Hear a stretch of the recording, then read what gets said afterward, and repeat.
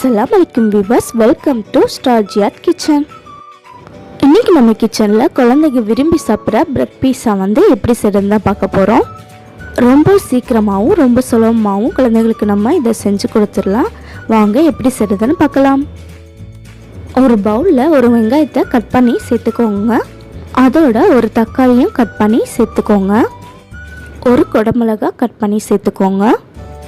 இதோட நான் வேக வச்சு எடுத்த ஸ்வீட் கார்ன் சேர்த்துக்கிறேங்க. உங்ககிட்ட பிளாக் ஆலிவ்ஸ் இருந்தால் அது கூட சேர்த்துக்கலாங்க. அதோட ஒரு டீஸ்பூன் மிளகுத்தூள் சேர்த்துக்கோங்க. இது எல்லாத்தையும் நல்லா மிக்ஸ் பண்ணி விட்டுருங்க. அவ்வளோதான், நல்லா மிக்ஸ் ஆயிடுச்சு. ஒரு பிரெட் பீஸ் எடுத்துக்கோங்க. அதில் 2 டீஸ்பூன் டொமேட்டோ சாஸ் இல்லைன்னா பீஸா சாஸ் தடவி விட்டுருங்க. இந்த மாதிரி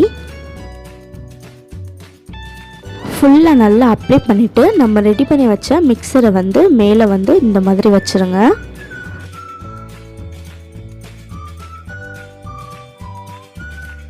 இப்போ இந்த மிக்சர் மேலே துருவன சீஸ் சேர்த்துக்கோங்க. பீஸா சீஸ் கடையில் கிடைக்கும், அதை சேர்த்துக்கோங்க. நீங்கள் ஓவனில் வைக்கிறதா இருந்தால் ஓவனை 15லேருந்து 20 நிமிஷம் 180 டிகிரியில் ஃப்ரீ ஹீட் பண்ணிடுங்க. அதுக்கப்புறம் பேக்கிங் ட்ரேயில் பிரெட் பீஸாஸை வச்சுட்டு 12லேருந்து 15 நிமிஷம் 180 டிகிரியில் ஓவனில் வச்சு பேக் பண்ணிடுங்க. உங்கள்கிட்ட ஓவன் இல்லைன்னா பரவாயில்ல, ஒரு பேனில் 1 டீஸ்பூன் பட்டர் தடவிட்டு லோ ஃப்ளேமில் வச்சுக்கோங்க. வச்சுட்டு இந்த பிரெட் பீஸாஸை அதில் வச்சுட்டு மூடி வச்சுட்டு ஒரு 3லேருந்து 4 நிமிஷம் வரை விட்டுருங்க. நம்ம மேலே வச்சுருக்கிற சீஸ் நல்லா மெல்ட் ஆகணும், அதுதான் கணக்கு. அவ்வளோதாங்க, ரெடி ஆயிடுச்சு. இப்போ இதை நம்ம எடுத்துடலாம். பாருங்கள் எவ்வளோ சீஸியாக நம்மளுக்கு பிரெட் பீஸா ரெடி ஆயிடுச்சு.